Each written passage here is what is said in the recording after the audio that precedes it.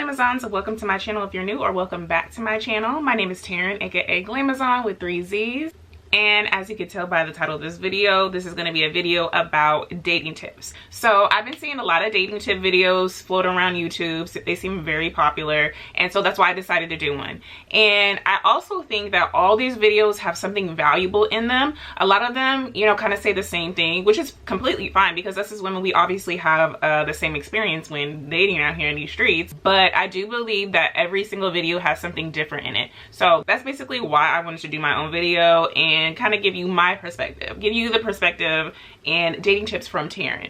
I also want to add that these dating tips aren't necessarily for a certain decade of your life. You know, like some people say in your 20s and 30s, which, you know, is very helpful. But I also think that being in your 40s or 50s, if you're still dating someone, or if you're still single and dating and trying to find your person, I think that these tips can definitely apply to those I don't say later in life, but those tips can definitely apply to those who are in their 40s and 50s and so on, in my opinion. So let's get into it.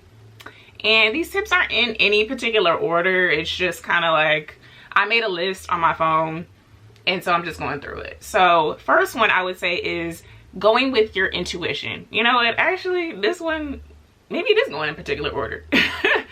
No, but really, this one really is kind of, I feel like this one's top of the list. But anyway, yeah, go with your woman's intuition. If you're feeling like something's off and they're not doing something that they used to do before, or something just like basically changing, and you have a strong feeling about something, go with that intuition. You know, bring it up to them. One thing about dating is obviously there's open communication means a healthy relationship. So I feel that if you're feeling some type of way about something, go with that woman's intuition and communicate with them and be open with them about how you're feeling. And if it's something like super shady and you got proof, that's even better. That's even better. Bring that to them too. Don't let him gaslight you on anything. Don't let him make you feel like you're being stupid, or that you're sounding stupid, or that you're overreacting. But what I'm saying is, go with that woman's intuition. Don't sweep that intuition underneath the rug and say, oh, you know, he would never do that, or, you know, that wouldn't happen, blah, blah, blah. Girl, go with that intuition. A second tip I would say is do not settle for the bare minimum.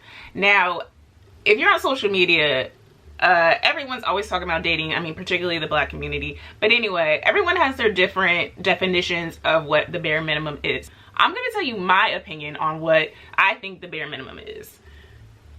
Hold on, because I got a list here. So some of the things that I think fall underneath the bare minimum is opening doors for you. He should always be opening doors for you. That's a given. Another one is paying for the first date. Most of the time he's going to be the one who had asked you, so of course he should pay for the date. That's a given right there. And a few other things I have on here are basically not having someone who always has to reschedule, you know, make sure they're making time for you. That's bare minimum for me. But another thing that falls underneath bare minimum to me is having conversations about their offspring, if they have offspring. You don't want to be with anyone if they're denying that they have any kids, whether they're taking care of them or not, or if they're trying to push them, you know, back or whatever, suppress that part of their life. Anybody who has offspring and denies it or doesn't let you know, come on, that's a red flag. That should be bare minimum. You should be letting us know if you have kids or not. And like I said, I don't say this from experience. I'm just like, I've seen it before, and I'm like, it just baffles, it makes no sense. They should also be talking about this during the first date. But yeah, those are basically my staples for the bare minimum. I'm pretty sure there's a few other ones I can't think of right now, but those are definitely considered bare minimum. All right, so next tip is don't ever give a man any money. Don't ever give a man any money that's not your husband. And I just say this from personal experience. I don't think you should be giving your money or letting your man borrow any money for you unless you're married to him. Because obviously when you're married, what's his is yours and what's yours is his. That's obvious. But like I said, I'm gonna say this again, to each its own. But I highly suggest do not give money to a man. That's just on me, because money changes people. Money changes people, man. Money makes people different, act differently. And you don't want that in a relationship, especially if you're really feeling this person, if you're really having a good, healthy relationship so far. You just don't, you don't want to, I've been there before, and I'm just like, I just wouldn't suggest it, just from my past experience. Of course, to each its own, do what you want, but don't give a man any money unless it's your husband. That might be controversial, but I don't care. That's my experience. Next tip, don't ever make a man feel like you're taking too long to like him. And let me elaborate on that. Guys are visual beings and will like you and love you because of how you look on the outside, and they've only known you for like a week. And so for some women, there's different stages of like me. So I meet a guy and I'm like, okay, he seems cool, I like him. Then the next stage is actually after the first date, where that like grows, but that date could be at the end of the same week y'all just met. You can't like him, but I mean, you can like him, but don't make him make you feel pressure to like him on this seventh heaven level right away. It's only been a freaking week. So like I said, don't ever let a man make you feel like you're not liking him fast enough. Go at your own pace. You know, because a lot of guys, they'll open your door, buy you some tacos, and they expect you to be dancing and doing all these, you know, choreography and be happy every time they see you. And I'm like, bro, we've only known each other for like a week and a half, like a week. Like, calm down. You still got a mountain to trek up, okay? Like, chill. Next tip. So make sure you have boundaries and standards. Don't let him disrespect you in any situation that you feel disrespected in at that moment. Meaning, don't let him diminish any feelings you may have for a certain situation. Like, for example, one I can think of off the top of my head is, you know, there was this guy. He was always kind of like, you know, hopes to see you. I hope to see you, hope to see you. And he was always texting me, hopes to see you. And I'm just like, hey, how about you just, you know, ask me out? Like, why are you so hopped up on hope when you can actually ask me out? You know, so it's just having those boundaries and standards. Like, you know, you gotta know when to just kind of let it go, let a dude go. Like, okay, well, all he's doing is saying, oh, hope to see you. He's obviously not asking me out. He's obviously not moving forward. He's not leading or doing anything. So, you know, that's kind of what I mean. You know, establish those standards and boundaries. And of course, with those standards and boundaries, you're definitely, you know, open to communicating them with him. But something like that, like asking you out, to me, I'm just like, that's a given. Like, forget all this hope, like, make it happen. Now, this one is a good one. Be okay with being alone. It's okay. Be okay with being alone. Don't just stick with someone just because you want somebody there.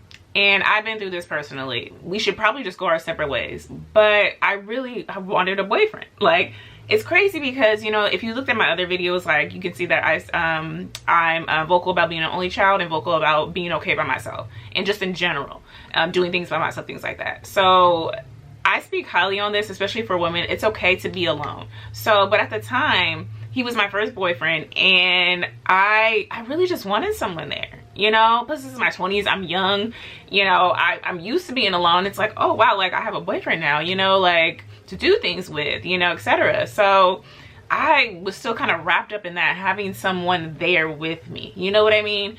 And I think back and I'm like, damn, I was tripping. I would never do that now. I'm at the point where I would like, you know, a partner, but it's not to the point where if it's not working out, I'm gonna try to force him to keep him around just because I want somebody there, you know?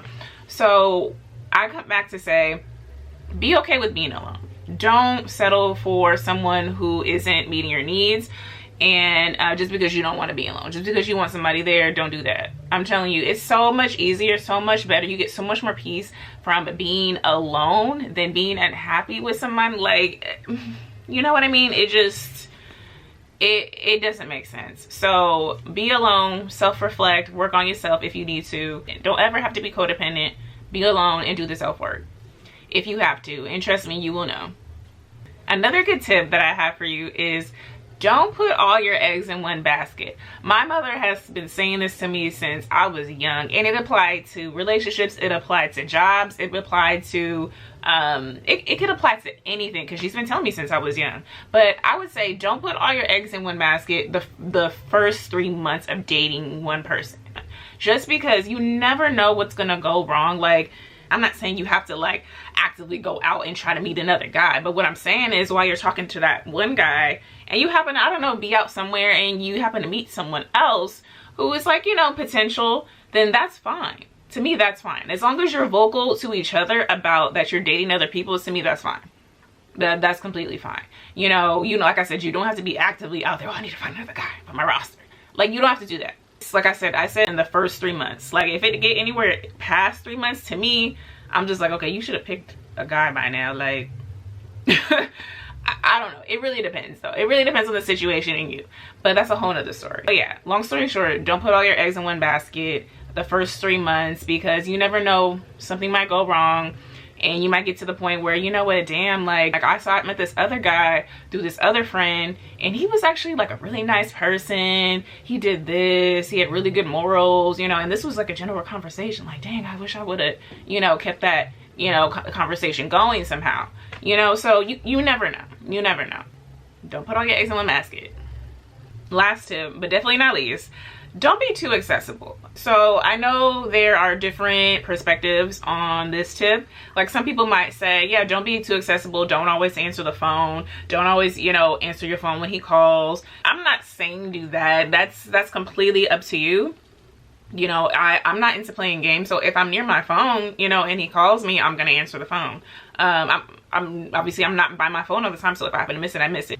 What I mean by don't be too accessible is basically don't accept last minute dates. If a guy is always asking you out on last minute dates, like, hey, what you doing? You know, you want to go here, you want to go there, etc., etc. And you just kind of got to think. This is kind of like, this is my perspective. I just kind of think like, okay, well, you know what? He never carves out time specifically for me ahead of time. So to me, that kind of seems like, I'm kind of bored. Let me see what Terrence's doing. And then, you know, pick up the phone. That's kind of how I see it. If he's constantly just like, hey, what you doing, you know, last minute, let's go here, and he never actually carves out time for you, that's kind of what I mean by don't be too accessible. You can be chilling at home watching Real Housewives. Like, it doesn't even matter. It's the principle, you know what I mean? Let him make plans ahead of time for you, just to show that he actually put in some effort to fit you into his schedule. That's just how I see it. Just not on the day of. Like, of course, that's okay, you know, for every now and then, but don't always let him do it, because like I said, it just makes it seem like he was bored and he was just like, oh, let me call up Taryn, you know, or, you know, any other situation. Like, he might have another chick. I don't know, but whatever. My point is, let him carve out time, make plans specifically for you and him. You just want him to know that you also have a life too, and that he's gonna have to plan out and make plans ahead of time just to see you. And you're worth that, right? Right. And another thing I want to add on to that tip is, you know, I'm pretty sure some of us have been in situations where guys, they take too long to text back. You know, like, I don't know what it is, but it's like 4+ hours. Like, what? Like, what are you doing? Are you building something? Like, what are you doing? But yeah, it's like that. If you're talking or dating a guy who is just taking forever to text you back every single time, like every day, then to me, that is him not allowing you to have much access to him, if that makes sense to me. If he's taking forever to text back every single time, to me, that's when you definitely, it's definitely easy to see like, okay, you know what, let me fall back a little bit, because he's just taking too long to text you back. And of course, you can also ask him why he's taking so long too. That's completely between you and him. But what I'm saying is, just to back up why you don't want to be so accessible to him, if this is happening to you where he's like taking way too long to text you back or hit you back on anything, like, come on, it's just a little ridiculous to me. And you know, I've been this close to dating a guy with kids, and I feel like, I mean, he didn't text me back right away, but it wasn't taking like 4+ hours too. But anyway, side note, thank you God for protecting me on that. It just wasn't meant to happen. Thank you, Lord.